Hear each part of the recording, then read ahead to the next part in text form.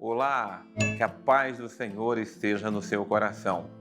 Que a paz do Senhor esteja iluminando a sua alma, o seu entendimento. Estamos nós juntos aqui para fazermos o nosso programa A Bíblia no Meu Dia a Dia. Que bênção, a palavra de Deus é a nossa melhor companhia a cada dia. A palavra de Deus é que nos forma, nos orienta, nos direciona. Vamos juntos meditarmos a palavra do Senhor? Nos coloquemos então na presença do Senhor nosso Deus, invocando o seu nome santo, poderoso, grande sobre nós, pedindo que o Senhor venha em nosso socorro, venha em nosso auxílio, venha nos iluminar e nos abençoar. Que o Senhor venha nos guardar, nos proteger e nos dirigir. Que a palavra do Senhor possa iluminar os nossos passos a cada dia. Dai-nos, Senhor, a tua bênção. Dai-nos, Senhor, a tua graça. Dai-nos, Senhor, a tua proteção. Em nome do Pai, do Filho e do Espírito Santo. Amém.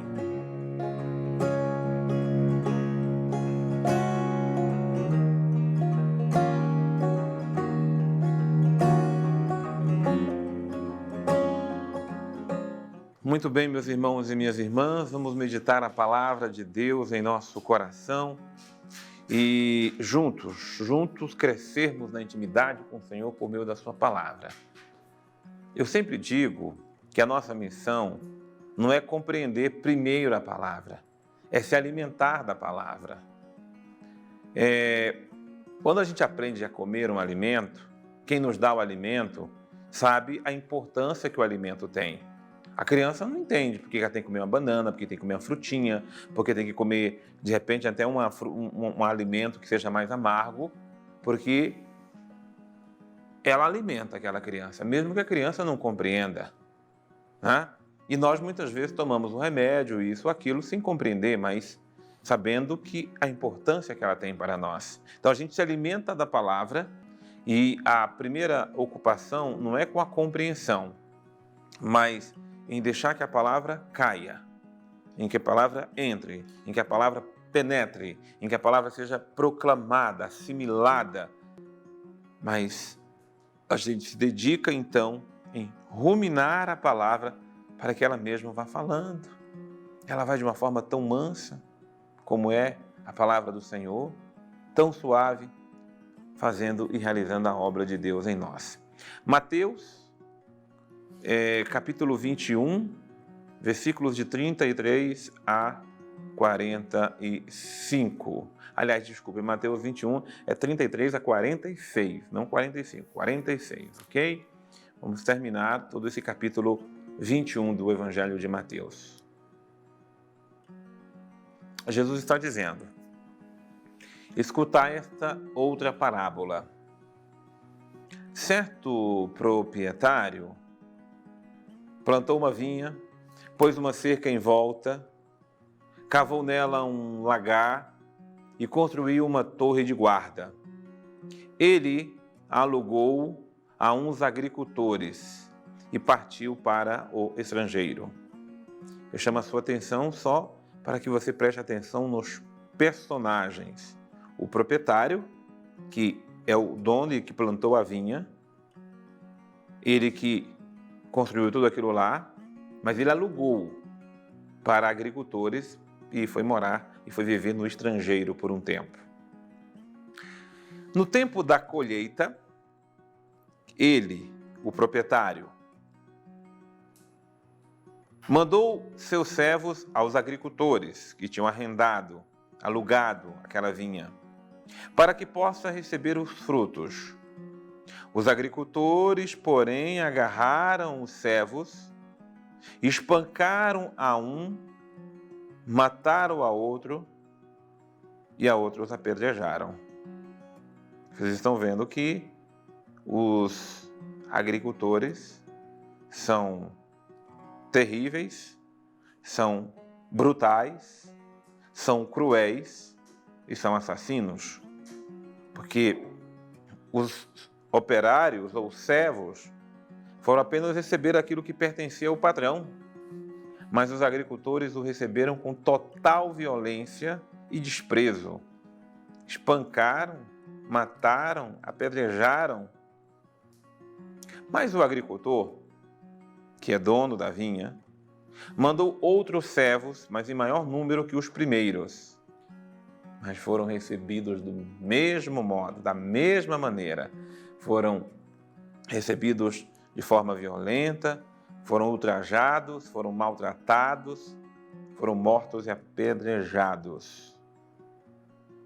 Ora, por fim, ele enviou então, mais uma vez eu digo, o proprietário. O proprietário mandou seu próprio filho pensando: a meu filho respeitarão. Os agricultores, porém, ao verem o filho, disseram entre si: este é o herdeiro. Vamos matá-lo. Vamos apoderar-nos da sua herança. Então agarraram-no, lançaram-no fora da vinha e o mataram. Pois bem, quando o dono da vinha voltar, o que fará com esses agricultores? E eles responderam: dará um triste fim a esses criminosos e arrendará a vinha a outros agricultores, que lhe entregarão os frutos no seu tempo certo.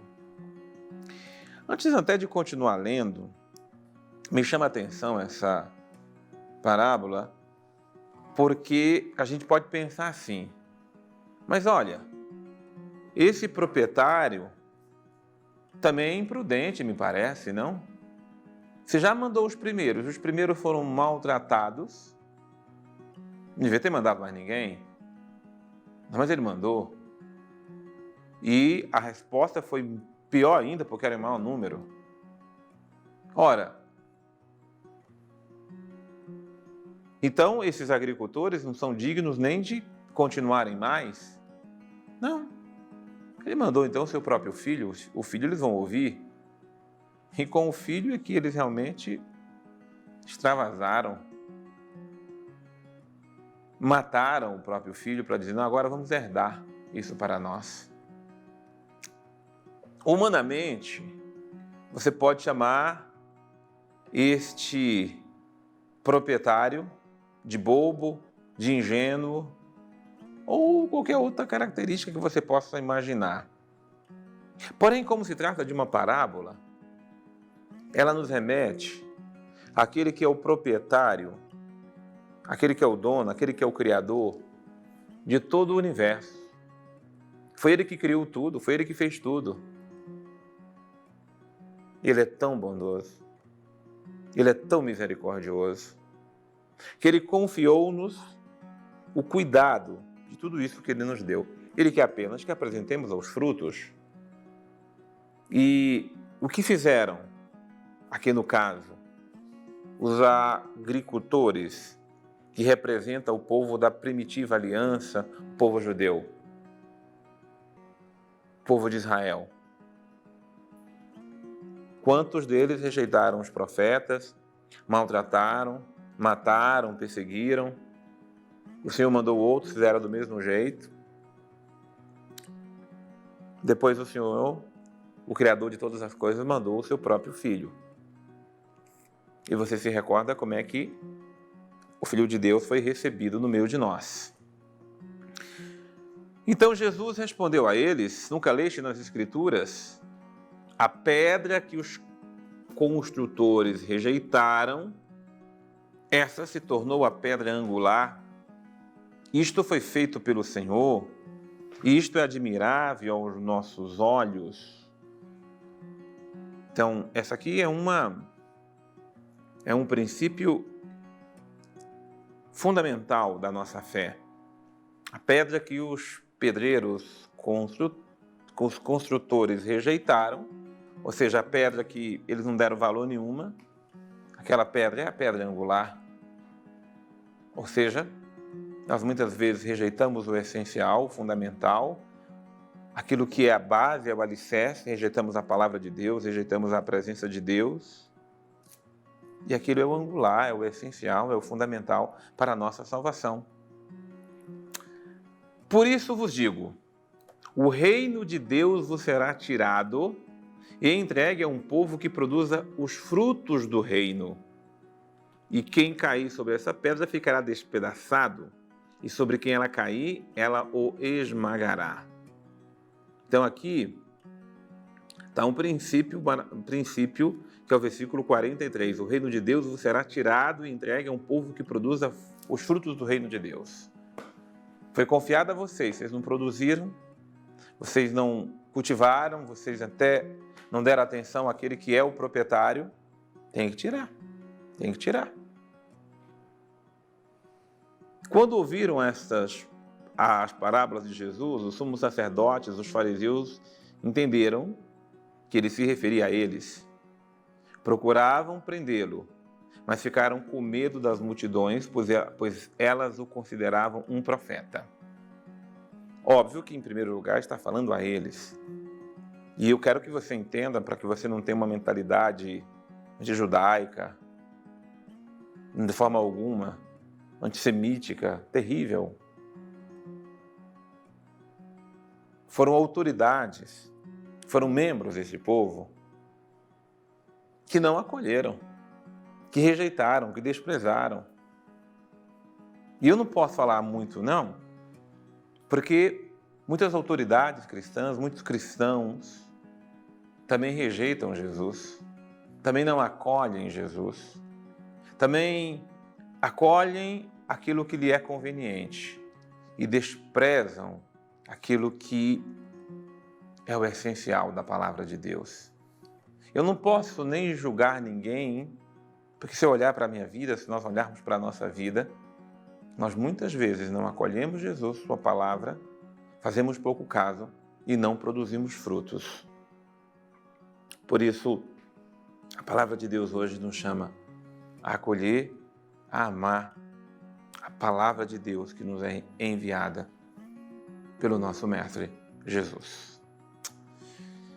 Vamos trazer aqui conosco o nosso querido Padre Antônio Xavier. Hoje estamos diante de uma parábola um pouco triste e que fala do que vai acontecer com Jesus. Historicamente já aconteceu, mas quando ele contava o que estava para acontecer, e que fala desses vinhateiros assassinos, como o Padre Roger já nos apresentou de maneira bem clara. Agora aqui eu gostaria de, com vocês, durante esses poucos minutos que temos, fazer uma relação com aquilo que é o pensamento do povo lá do Antigo Testamento para entender o porquê dessa parábola. A maneira que existe dentro do livro do Deuteronômio de compreender a terra, então, onde o povo deve estar, a terra prometida, é o seguinte: eles pensavam como os acordos, os contratos, assim, tratados que eram feitos entre soberanos e aqueles que eram os seus servos, que era sempre assim: o soberano recebia aquele servo com benevolência e destinava para ele um local onde ele podia morar, uma terra arrendada, e daquilo que era arrendado, ele tinha que contribuir com um pouco daquilo que ele produzia. Até poucos séculos, talvez até na atualidade, ainda existe esse tipo de pensamento, mas isso era feito assim 2000 anos antes de Cristo, já tinha desse jeito. E por isso que, mesmo a terra sendo prometida, ela é prometida em posse, mas ela não é prometida como propriedade dada. Então é Deus quem está recebendo como hóspede na sua terra. E é por isso que a ideia é essa dos vinhateiros aqui que receberam a terra para cuidarem, para levarem adiante aquela que é a vinha, que obviamente aqui é o povo de Deus, e que eles devem então desenvolvê-la, porque ao Senhor pertence a terra e o que ela encerra. É assim que nos lembra exatamente o Salmo, de tal forma que a gente não venha de forma alguma tentar nos apropriar daquilo que é propriedade de Deus, que Ele nos deu para uso, Ele não nos deu para posse. E olha como isso é muito perigoso. Aqui se fala simplesmente da posse dessa videira, mas imagina se essa videira pudéssemos comparar com a nossa vida, que Deus nos deu para que a vivêssemos bem, fizéssemos o bem, amássemos, fôssemos amados, construíssemos as coisas junto com os outros, estabelecêssemos comunhão com as pessoas e com Ele. E quando a gente começa a viver a vida unicamente para a gente, é isso que a gente está fazendo aqui. Mais uma vez, a gente tenta se apropriar daquilo que não nos pertence, guardando as uvas para nós mesmos, e corremos o risco de, diante de qualquer possibilidade de perder o que temos, cometermos atos tão terríveis quanto esse assassinato que os vinhateiros aqui tentam fazer. Mas tudo isso é prova de quê? De um coração fechado, que tenta se apropriar das coisas que na verdade não tem direito. Tudo pertence a Deus. A nós foi dado simplesmente para o uso, para tirarmos o melhor possível de cada uma das situações, amarmos, sermos amados e chegarmos juntos na glória de Deus. Meu Mestre Jesus, meu Senhor Jesus, que eu não despreze a Tua palavra, que eu não despreze a Tua presença, que eu não despreze o Teu amor e a Tua misericórdia, mas conceda-me, Senhor, um coração que se abra para acolher, para amar, se abra, Senhor, para viver a Tua palavra. Meu Mestre Jesus, faça de mim um servo fiel, faça de mim um servo prudente, faça de mim, Senhor, um verdadeiro servo da Tua palavra. Ao Teu nome, Senhor, todo o poder, toda a honra e toda a glória para sempre. Amém. Em nome do Pai, e do Filho, e do Espírito Santo. Amém. Deus abençoe imensamente você. Que a palavra de Deus seja na sua vida, na sua casa, acolhida, amada e proclamada. E eu te aguardo no nosso próximo programa, A Bíblia no Meu Dia a Dia.